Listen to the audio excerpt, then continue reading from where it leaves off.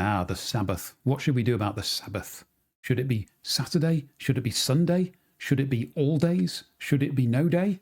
Let's think about this as we meditate on Exodus chapter 20, verse 8, in our mini-series on the Ten Commandments. Remember the Sabbath day to keep it holy.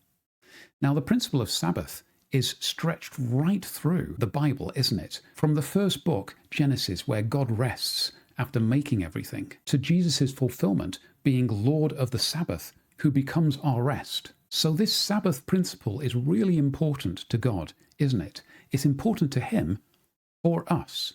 He wants us to keep our rest holy.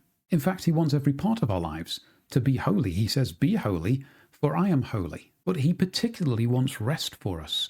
And rest is a really deep thing. This is not just physical rest from our labours. This is resting in God so that He can refresh us. In all ways it's possible to be refreshed, but particularly spiritually. The rest that our God gives us is rest from anxiety, particularly anxiety about our future. Because as we rest in Him, we remember that He has secured our future permanently, for always, eternally. And so does this mean that we need to follow a specific set of rules and regulations for one day of the week? I don't think so, because Jesus Christ has fulfilled the law, the requirements of the law, on our behalf. But I do think that this Sabbath day remains important. And this is one of the reasons why we Christians worship God on Sunday. We make that day in a particular way holy, where we gather together to revere God's name.